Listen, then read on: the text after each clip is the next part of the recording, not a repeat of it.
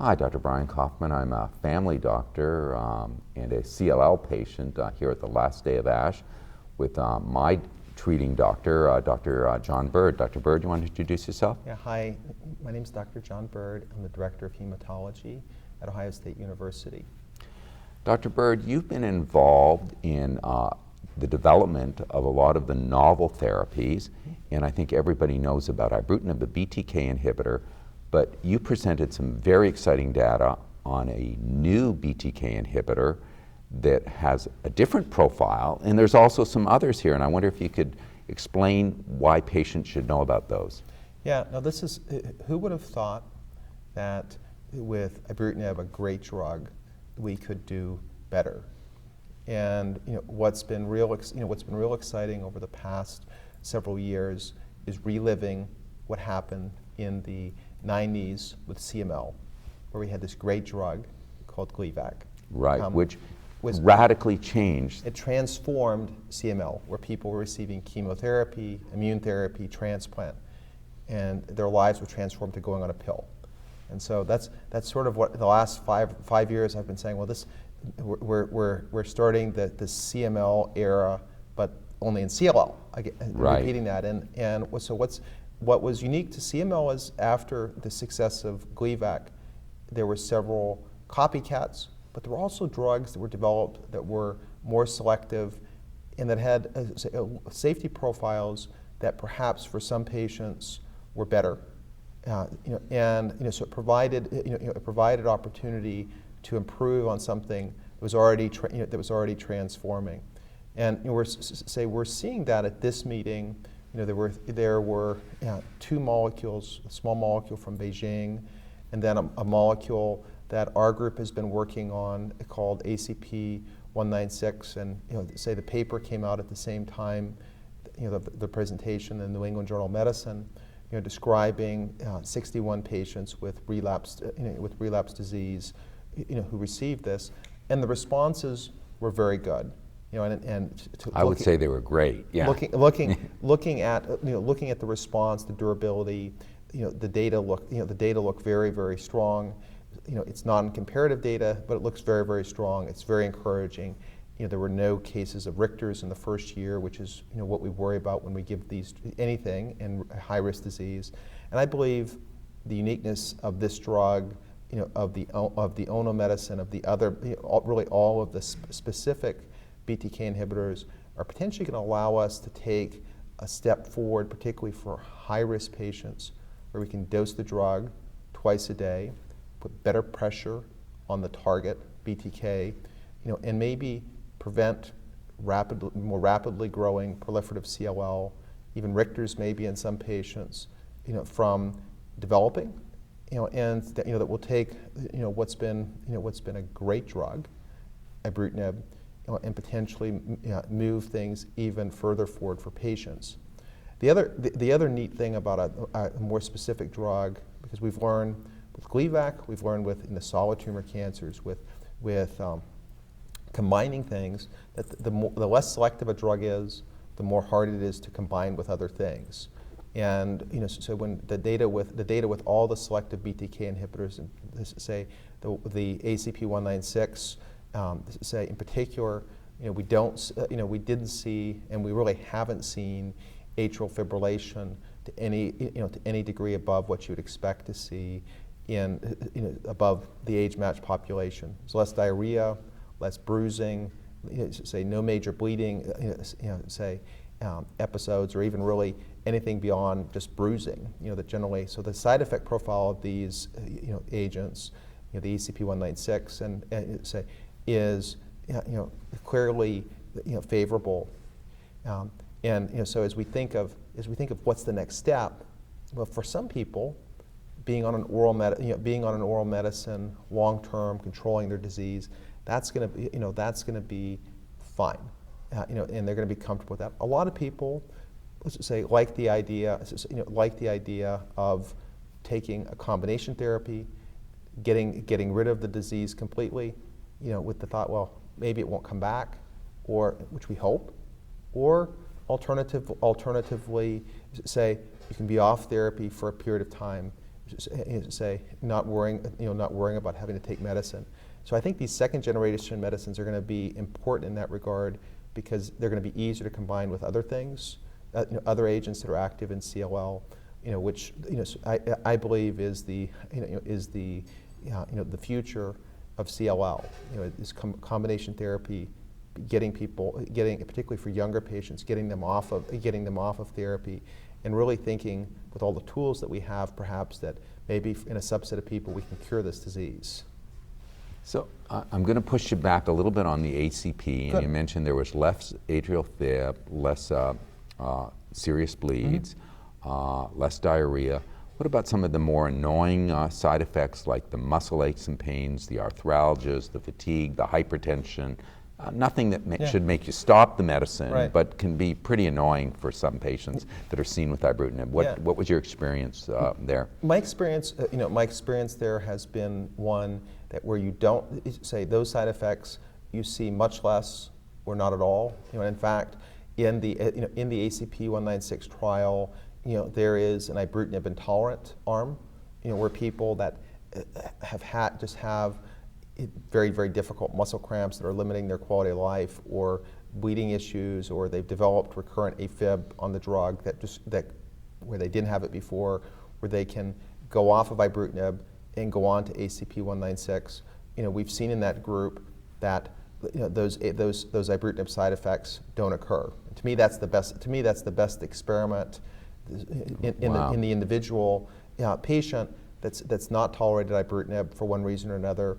It's a life-saving, it's a life-saving drug for CLL patients, and so they can go on to another BTK inhibitor and have those side effects go away, and so I think that's the other important thing, of these second-generation medicines is even for the people that are doing great on ibrutinib, and a lot of people are doing great on ibrutinib, and I don't want anybody to take away from our conversation that ibrutinib is not a phenomenal drug, and a relatively selective drug. I mean, I think it hits 9 enzymes, and ACP hits 3 enzymes. I mean, that's still, we have thousands of enzymes in our body. Absolutely.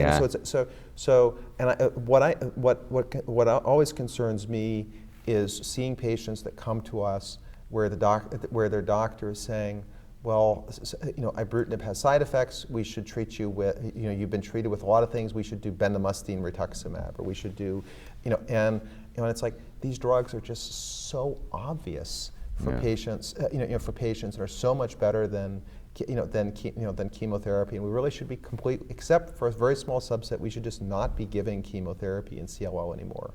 That's quite a probably a bold statement to say, but I really believe it strongly.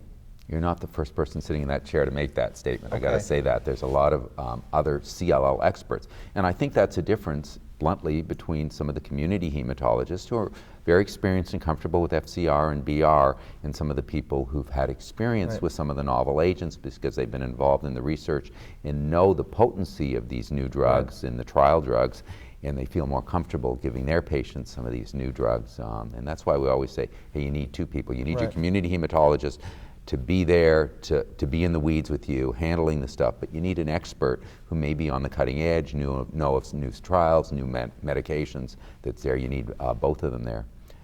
Let me jump back one last time to ACP and F. These were relapsed refractory patients.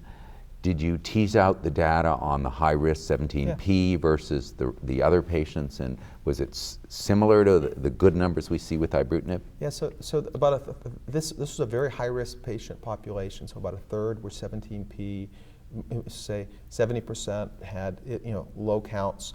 This study, if you ask bulky nodes, about half had bulky nodes.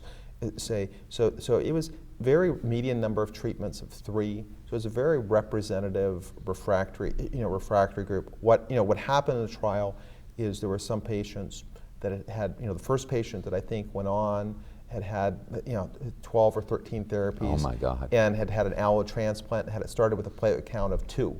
And was neutropenic, and so there were a lot. And I say what I think is so important, and I advocate is the trials, the clinical trials are for the patients. The patients aren't for the clinical trials, and it's very, very important that clinical trials represent real people.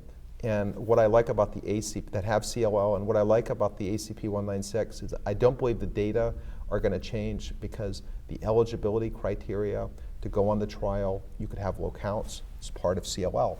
Yeah. CLL patients that have low counts don't necessarily do as well, but you want to know that. You want to know the drug is safe.